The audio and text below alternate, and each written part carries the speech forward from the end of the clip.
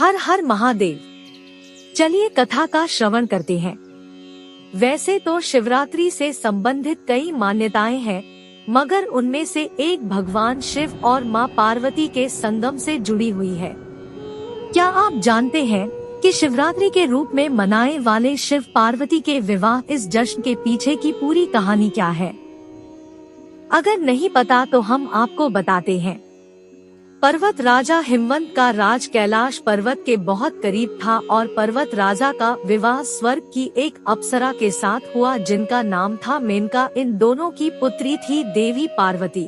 इनका नाम पार्वती इसलिए रखा गया क्योंकि वो पर्वत राजा की पुत्री थी और वो हर चीज में बहुत कुशल थी। माता पार्वती बचपन से ही भगवान शिव से ही शादी करने की इच्छुक थी। पिता हिमवंत की लाख कोशिशों के बावजूद भी उन्होंने अपना फैसला नहीं बदला। आखिरकार हिमवंत पार्वती को भगवान शिव के पास ले गए और उन्हें कहा कि अब से पार्वती आपकी सेवा करेगी। उस दिन से पार्वती उनकी सेवा करने लगी और उन्हें प्रसन्न करने का प्रयास करने लगी। भगवान ब्रह्मा इसके बारे में सब जानते थे, इसलिए उन्होंने शिव के दिल में पार्वती के लिए प्रेम जगाने की खातिर उन्होंने प्रेम के भगवान को शिव जी के पास कैलाश भेजा। वहाँ वो देखते हैं कि शिव जी ध्यान मग्न है। प्रेम के भगवान को अपना दिया हुआ कार्य भी पूरा करना था, इसलिए जिस समय पार्वती शिव जी पूजा कर रही थी, उन्होंने उन पर प्रेम का बाण चला दिया। गुस्सा में शिव जी ने अपनी तीसरी आंख खोल दी और आंख से प्रेम देवता भस्म हो गए। पार्वती अब समझ चुकी थी कि शिव जी को पाने का एकमात्र तरीका भक्ति ही है। उन्होंने तय कर लिया कि कठिन तपस्या करके वो शिव जी को खुश करके रहेंगी। एक दिन उस रास्ते से एक ऋषि गुजर रहे थे।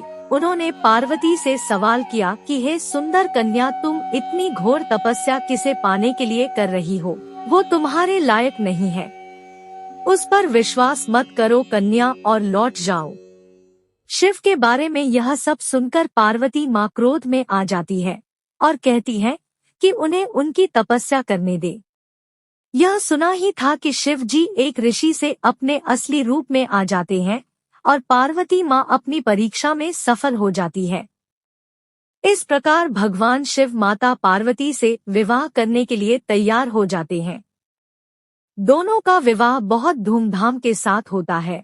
फिर सभी देवता शिव जी से आग्रह करते हैं कि वो प्रेम के देवता को दोबारा जीवन प्रदान करें।